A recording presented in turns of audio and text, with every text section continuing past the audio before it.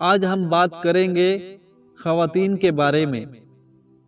خواتین خود پر فخر کریں۔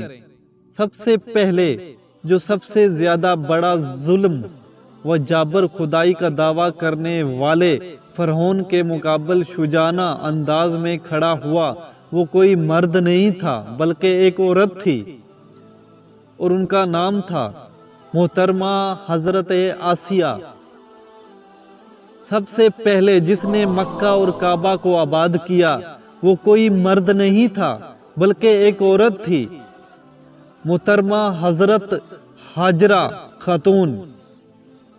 سب سے پہلے جس نے روح زمین کا مبارک ترین زمزم نوش فرمایا، وہ کوئی مرد نہیں تھا بلکہ ایک عورت تھی، محترمہ حضرت ہاجرہ خاتون۔ سب سے پہلے جو ہمارے نبی حضرت محمد مصطفیٰ صلی اللہ علیہ وسلم پر ایمان لائی، وہ کوئی مرد نہیں تھا بلکہ ایک عورت تھی، محترمہ حضرت خدیجہ الکبری رضی اللہ عنہا۔ سب سے پہلے جس کا خون اسلام کی راہ میں بہایا گیا اور شہید ہوا، وہ کوئی مرد نہیں تھا بلکہ ایک عورت تھی، محترمہ حضرت سمیہ رضی اللہ عنہا۔ سب سے پہلے جس نے اپنا مال اسلام کی راہ میں دیا، وہ کوئی مرد نہیں تھا بلکہ ایک عورت تھی، محترمہ حضرت خدیجہ الکبری رضی اللہ عنہا۔ قرآن مجید میں ارشاد ہے کہ سب سے پہلے جس کی بات اللہ نے ساتوں آسمانوں سے اوپر سنی، وہ کوئی مرد نہیں تھا بلکہ ایک عورت تھی،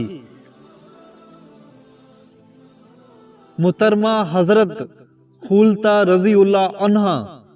سب سے پہلے جس نے صفا مروہ کی صحیح انجام دی، وہ کوئی مرد نہیں تھا بلکہ ایک عورت تھی، محترمہ حضرت ہاجرہ خاتون۔ سب سے پہلے جو سب کی مخالفت کے باوجود بیت المقدس میں داخل ہوا، وہ کوئی مرد نہیں تھا، عورت تھی، محترمہ حضرت مریم۔ اب لاکھوں حاجیوں پر لازم ہے کہ ایک عورت کے انجام دیے گئے فعل کو بجا لائیں، ورنہ ان کا حج قبول نہیں ہوگا۔ جس نے قصر یزیدی کو لرز دیا، وہ کوئی مرد نہیں تھا بلکہ وہ عورت تھی، حضرت زینب بنت علی رضی اللہ عنہا۔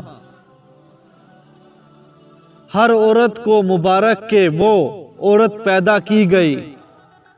آخر میں میری دعا ہے کہ اللہ تعالی ہم سب کو دین و اسلام کی تعلیمات پر عمل پیرا ہونے کی توفیق عطا فرمائے، آمین یا رب العالمین۔